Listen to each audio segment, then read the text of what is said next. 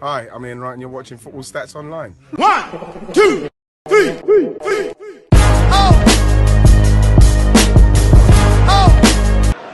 Henri, chance, goal!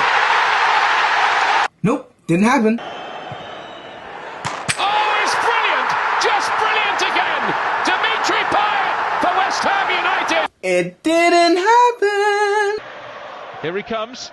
Oh, my word! Can you believe the genius of this man? Nope, it didn't happen. Game over. Yes, none of that happened. We were never part of the EU, therefore none of those players played in the Premier League. Well, they certainly won't be in the future. Yes, Britain is no longer a part of the EU. Adios. Au revoir. Adio. All the European languages that say bye. We out. We are gone. And not gone in the sense, Jermaine Dependent, that we can't participate in the next Euro 2018. We're out of the European Union, not Europe. Europe is still a continent which Britain resides in. Take the island somewhere else, then fair enough.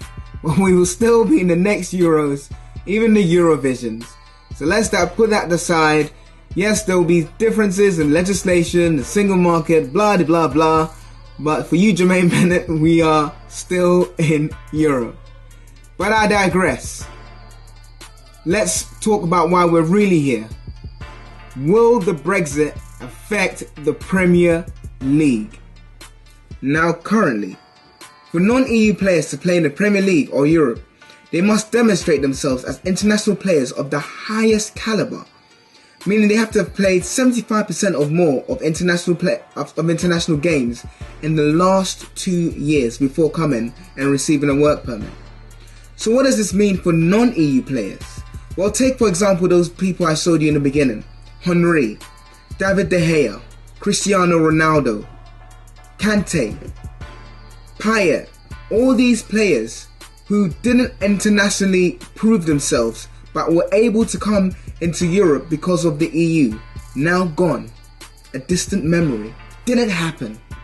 It didn't happen. Had we not been in Europe, and this is something in the future that could happen, that could impact us in terms of seeing greatness.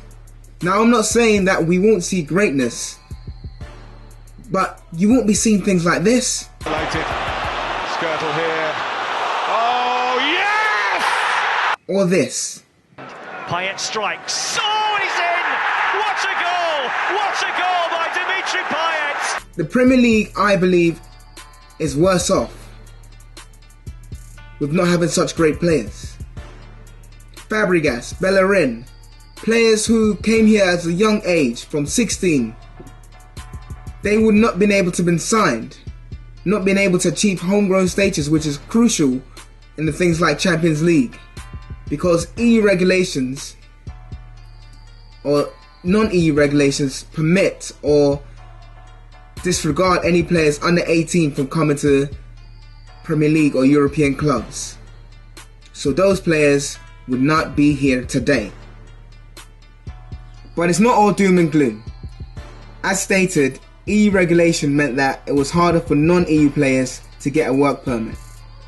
However, with us now being out of the EU and not being subject to EU regulations, we will now have greater access to foreign talents from different continents such as Africa, South America and Asia. This means the likes of your Agueros, Thiagos, Fabianos can more freely move to Europe or to the UK and play in the Premier League. So what does this mean for homegrown players? Your Jack Wilshers, your Hendersons, your Harry Kanes. Well, initially you think, yeah, more homegrown players can now get a chance to play in the Premier League. It's going to be harder for European players to get a visa. Well, not necessarily. Now that Britain is no longer part of the EU, that means players from South America, Africa and Asia are no longer subject to the EU regulations, which meant they needed a work permit. Now, Britain can go to the likes of Brazil and buy a player without them needing a work permit.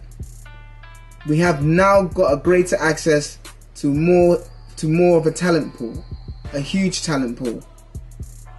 So that means that it could even be worse on homegrown players. But there's an upside. Players from South America usually are quite expensive.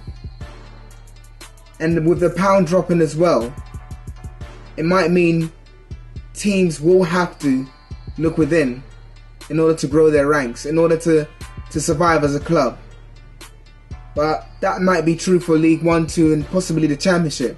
But with so much money in the Premier League, it might not affect them so much. They can easily just buy and spend 40-50 million on a player from South America. It might affect the teams coming up, but your Chelsea's, United, I would say Arsenal, well, you're a bit tight.